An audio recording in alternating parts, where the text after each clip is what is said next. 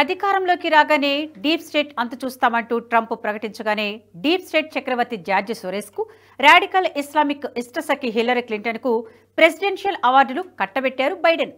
అంటే వారిని దేశానికి అత్యున్నత సేవలు అందిస్తున్న వారి జాబితాలో చేర్చారన్నమాట.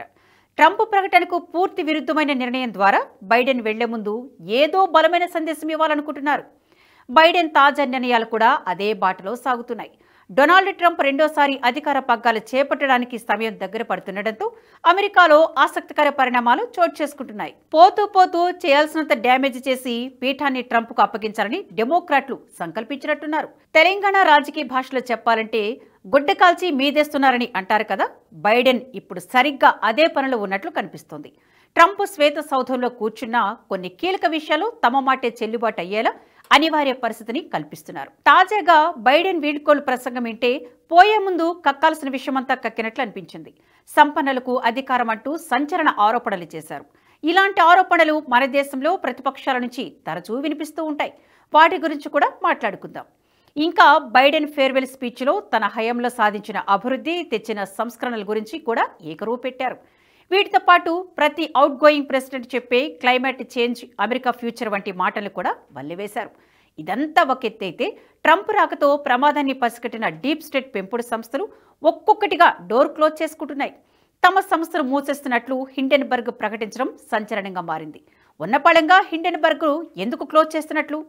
బైడెన్ తన వీడ్కోలు ప్రసంగంలో చేసిన ఆరోపణలకు అర్థమేంటి?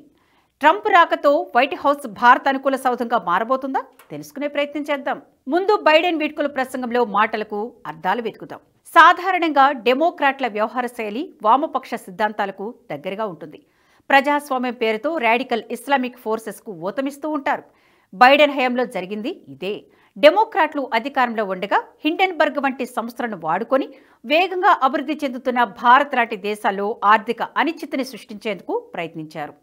అధికారం కోసం అరులు చాచిన రాహుల్ గాంధీ లాంటి డీప్ స్టేట్ వాలంటీర్లతో రాజకీయం చేయించారు. జార్జ్ సోరెస్ నేతృత్వంలోని డీప్ స్టేట్ సంస్థలతో కుట్రలు చేయించారు. బోర్డర్ కంట్రీ బంగ్లాదేశ్లో రెజిమ్ చేంజ్ చేయడం ద్వారా భారత్ను తీవ్ర ఇబ్బందులకు గురిచేశారు. అయితే భారత్లో మోదీ లాంటి పటిష్టమైన ప్రధాని అధికారంలో ఉండడంతో డెమోక్రాట్ల పన్నాగాలు సఫలం కాలేదు. బైడెన్ హయాంలో అమెరికా చేసిన ప్రతి కుట్రను భారత్ సమర్థవంతంగా తిప్పికొట్టింది. ఇప్పుడు అధికారానికి దూరమవుతున్న నేపథ్యంలో తమ ఊరికిని చాడుకోవడానికి, ప్రజలు తమకు ఆదరణ తగ్గకుండా చూసుకోవడానికి శాయశక్తులా ప్రయత్నిస్తున్నారు డెమోక్రాట్లు. బైడెన్ తన వీడ్కోలు ప్రసంగంలో వాడిన భాష ఇందుకు అద్దం పడుతుంది. ఇన్కమింగ్ ప్రెసిడెంట్ ట్రంప్ను ఉద్దేశిస్తూ డేంజరస్ కాన్సంట్రేషన్ ఆఫ్ పవర్ అనే శక్తివంతమైన మాటను ప్రయోగించారు బైడెన్. అమెరికా అత్యంత సంపన్న వర్గాల చేతుల్లోకి వెళుతోందంటూ సంచలన వ్యాఖ్యలు చేశారు. ప్రజలు అప్రమత్తంగా ఉండాలంటూ హెచ్చరించారు. సోషల్ మీడియాలో అసత్య కథనాలు విస్తృతంగా ప్రచారంలోకి వస్తాయని, ఈ పరిణామాలు అధికార దుర్వినియోగానికి దారితీస్తాయని ఆందోళన వ్యక్తం చేశారు. తన హయాంలో సాధించిన విజయాలను కాపాడుకోవాల్సిన బాధ్యత ప్రతి అమెరికన్పై ఉందన్నారు బైడెన్. ప్రజాస్వామ్య సంస్థలను, పత్రికా స్వేచ్ఛను కాపాడుకోవాలని సూచించారు. ఉద్యోగ సృష్టి, పర్యావరణ పరిరక్షణ, ఆరోగ్య సంరక్షణ వంటి విషయాల్లో డెమోక్రటిక్ ప్రభుత్వం ఎంతో ప్రగతి సాధించిందన్నారు. 17 మిలియన్ల కొత్త ఉద్యోగాలను సృష్టించినట్లు చెప్పుకొచ్చారు బైడెన్. పరోక్షంగా ట్రంప్ను కోట్ చేస్తూ అమెరికాలో సామ్రాజ్యవాద వికేంద్రీకరణ జరుగుతుందని, అది ప్రజాస్వామ్యానికి విఘాతం కలిగిస్తుందని ఆందోళన వ్యక్తం చేశారు. బైడెన్ నోటి నుంచి వచ్చిన సంపన్నుల చేతులకి అధికారం అనే వ్యాఖ్యలు మన దగ్గర కూడా వినిపిస్తాయి. కాకపోతే ఇక్కడ నియో రిచ్ అని, క్రోనీ క్యాపిటలిజం అనే పర్యాయ పదాలు వాడతారు. మన దగ్గరనున్న ప్రతిపక్ష కాంగ్రెస్, కమ్యూనిస్టులు బైడెన్ నేతృత్వంలోని డీప్ స్టేట్ తానుముక్కలే.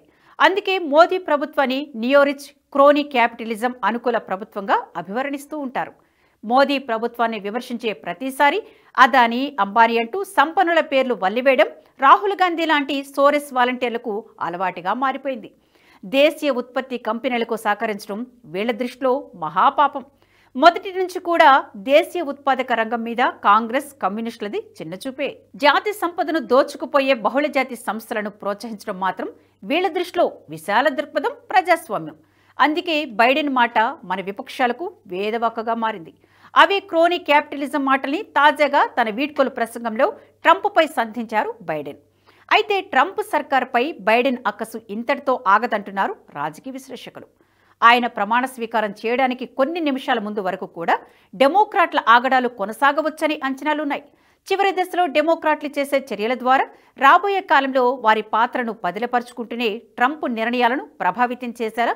బైడెన్ సర్కార్ పలు కీలక నిర్ణయాలు తీసుకోవచ్చిన మాటలు వినిపిస్తున్నాయి. నిజానికి అధ్యక్ష ఎన్నికల్లో కమలా హ్యారిస్ ఓటమి పాలైన తర్వాత తీవ్ర నిరాశలోకి వెళ్లిపోయిన బైడెన్ అనేక వివాదాస్పద నిర్ణయాలు తీసుకుంటున్నారు. ఇటీవల కాలంలో ఆయన తీసుకున్న నిర్ణయాలన్నీ డీప్ స్టేట్కు అనుకూలంగా తీసుకున్నవే. తన కుమారుడు హంటర్ బైడెన్ సహా 39 మందికి క్షమాభిక్ష ప్రసాదించడం కూడా డీప్ స్టేట్ కుట్రలో భాగమేనని తెలుస్తోంది. ట్రంప్ అధికారంలోకి వస్తే డీప్ స్టేట్ తుట్టెను దులుపుతాడని ముందే గ్రహించిన బైడెన్ ట్రంప్కు విరుద్ధమైన నిర్ణయాలు తీసుకుంటూ ముందుకు సాగుతున్నారు. అన్నిటికంటే ముఖ్యంగా జార్జ్ సోరెస్కు ప్రెసిడెన్షియల్ మెడల్ ఆఫ్ ఫ్రీడమ్ ఇవ్వడం పెద్ద చర్చకు దారితీసింది. ఈ నిర్ణయాన్ని అమెరికా ప్రజలతో పాటు అనేక యూరోపియన్ దేశాలు కూడా వ్యతిరేకించాయి. జార్జ్ సోరెస్ అనే వ్యక్తి ప్రపంచ మానవాళికి అతిపెద్ద ముప్పంటూ టెస్లా అధినేత, కాబోయే ట్రంప్ సర్కార్లో కీలక నేత ఎలన్ మస్క్ సంచలన ఆరోపణలు చేశారు. ప్రపంచ దేశాలను నాశనం చేయడమే సోరెస్ లక్ష్యమని, అలాంటి వ్యక్తికి అమెరికా అత్యున్నత పౌర పురస్కారం ఎలా ఇస్తారంటూ ఎక్స్ వేదికగా ఘాటుగా స్పందించారు. ఓపెన్ సొసైటీ ఫౌండేషన్ పేరుతో సోరెస్ చెయ్యని కుట్రంటూ లేదు. ఇతర దేశాల్లో సుస్థిర ప్రభుత్వాలను కూల్చేయడం కోసం ఆయా దేశాల్లోని ప్రతిపక్షాల పార్టీలను పప్పెట్లలా వాడుకోవడం, మీడియా సంస్థలకు $1 మిలియన్ నిధులను ఎరగవేయడం వంటి కుట్రలు సోరెస్కు వెన్నతో పెట్టిన విద్య. భారత్ పైన డీప్ స్టేట్ కుట్రలకు లెక్కేలేదు. సోరెస్కు చెందిన ఓపెన్ సొసైటీ ఫౌండేషన్ మన దేశంలో కుట్రలు చేసిన విధానంపై నేషనలిస్ట్ హబ్ ఎన్నో కథనాలను ప్రసారం చేసింది.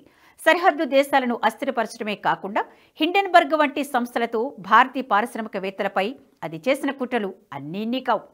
అయితే మోదీ ప్రభుత్వం ఆ కుట్రలన్నిటినీ పటాపంచలో చేయడంతో హిండెన్బర్గ్ దిక్కుతోచని స్థితిలోకి వెళ్ళింది. పైగా తాను అధికారంలోకి రాగానే డీప్ స్టేట్ అంతు చూస్తానని ట్రంప్ ప్రకటించడంతో అలాంటి సంస్థలు డోర్లు క్లోజ్ చేసుకుంటున్నాయి. తాజాగా తమ సంస్థ కార్యకలాపాలను ముగిస్తున్నట్లు హిండెన్బర్గ్ వ్యవస్థాపకుడు నాథన్ ఆండర్సన్ సంచలన ప్రకటన చేశారు. ఇలా అకస్మాత్తుగా సంస్థను మూసేయడం వెనుక డీప్ స్టేట్తో ఉన్న లింకులే కారణమని స్పష్టమవుతుంది. Outgoing president Joe Biden సహకారంతోనే హిండెన్బర్గ్ లాంటి సంస్థలు ఎదిగాయి.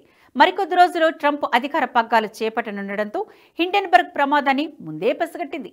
పైగా అదానీ సంస్థలపై హిండెన్బర్గ్ చేసిన ఆరోపణలు అంతు తేల్చనున్నామనే సంకేతాలిచ్చారు ట్రంప్. ఇటీవల హౌస్ జ్యుడిషియరీ కమిటీలో భాగమైన రిపబ్లికన్ పార్టీ సభ్యురొకరు అదానీ కంపెనీలకు సంబంధించిన డాక్యుమెంట్లను భద్రపరచాలంటూ న్యాయశాఖను అభ్యర్థించారు. దీంతో ట్రంప్ తమ పని పట్టడం ఖాయమని హిండెన్బర్గ్ డిసైడ్ అయింది. ఈలోగా తలుపులు మూసుకుంటే మేలని భావించింది.